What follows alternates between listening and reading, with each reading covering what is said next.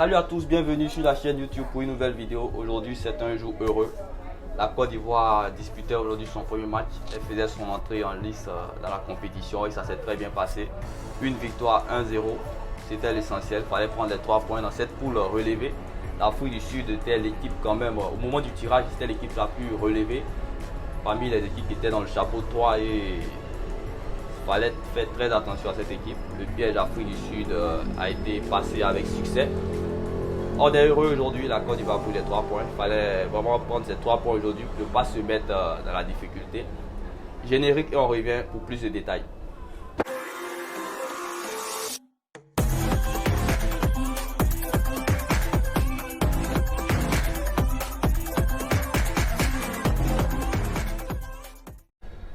Ok, ça n'a pas été simple, mais la victoire est là. Première mi-temps, des actions, mais pas vraiment d'aboutissement dans ces actions. L'action la plus dangereuse en première mi-temps, c'était le coup franc de Nicolas Pepe. Ensuite, l'immanquable de Kodja, je ne sais pas s'il voulait marquer ou il avait un règlement de compte avec le gardien. Il a visé juste le gardien et il a mis la force. Il n'y avait pas de quoi mettre la force, il fallait juste mettre sur l'un des deux côtés et puis voilà, c'était fait. Mais il a opté pour la force et puis ça donnait ce que ça donnait. Heureusement qu'en deuxième mi-temps, il se reprend bien. Sinon, c'était pas possible quoi. Ça sauve son match. Le but qu'il met en deuxième mi-temps, il sauve son match. Sinon, à part ça, Kodja, il doit se ressaisir. Son match n'a pas été bon du tout. Il a perdu trop de ballons. Celui aussi qui m'a déçu sur ce match, c'est Jean-Michel Seri. Oh là là, putain. Qui a eu l'idée de lui donner le numéro 10? Je sais même pas. Ce joueur est trop irrégulier, c'est ça son véritable problème. Il se cache quand on a besoin de lui. Meneur de jeu en première mi-temps, c'est à la 40e minute que moi je l'ai vu. Quand il a reçu le carton jaune, je ne savais même pas qui jouait.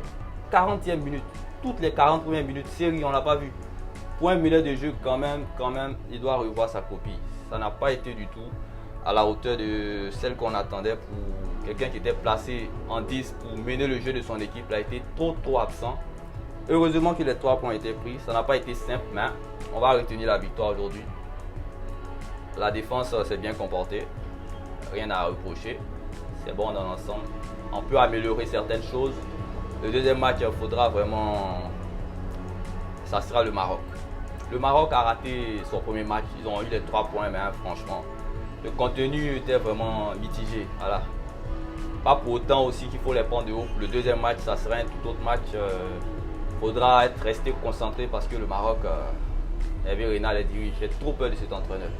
Hervé Renard, je le crains comme si c'était un joueur. Faudra vraiment faire très attention ce match.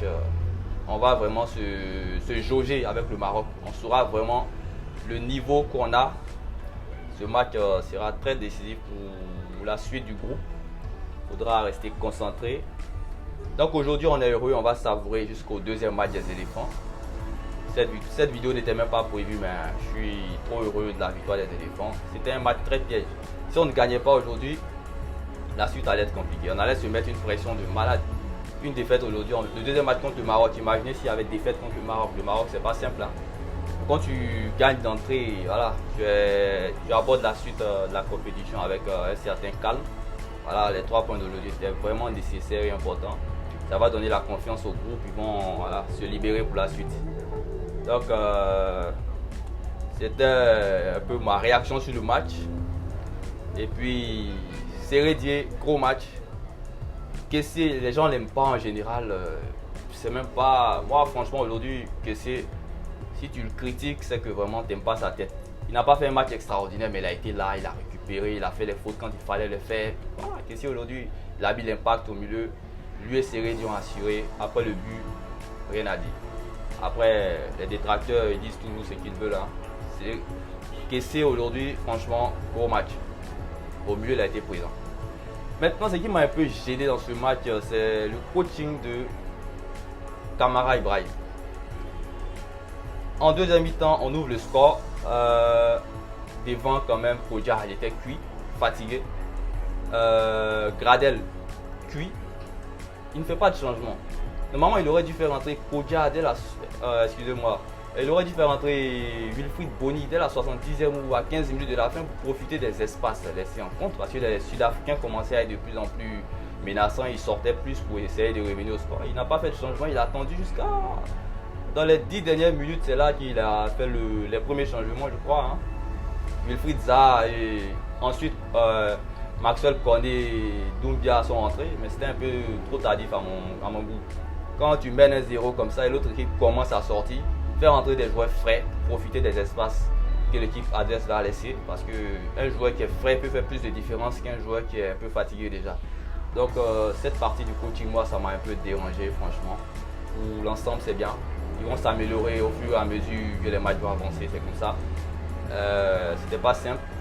Dans cette compétition, tous les matchs sont compliqués, on a pu s'apercevoir depuis le début de la compétition, l'Égypte ne s'est imposée que sur un petit but d'écart, 1-0. On a vu le Maroc qui a peiné à battre la Namibie hier.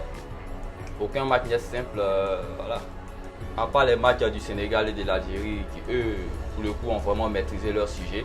Il y avait des adversaires aussi un cran en dessous, même si on a pu voir aussi qu'aucune équipe n'est facile à jouer. Eux, ils ont eu le mérite quand même de maîtriser leur match de bout en bout, l'Algérie et le Sénégal. La deuxième journée, ça sera vraiment très intéressant. On aura beaucoup de chocs. D'ailleurs, ma prochaine vidéo va se porter sur ça. Les chocs de la deuxième journée, on en aura plein.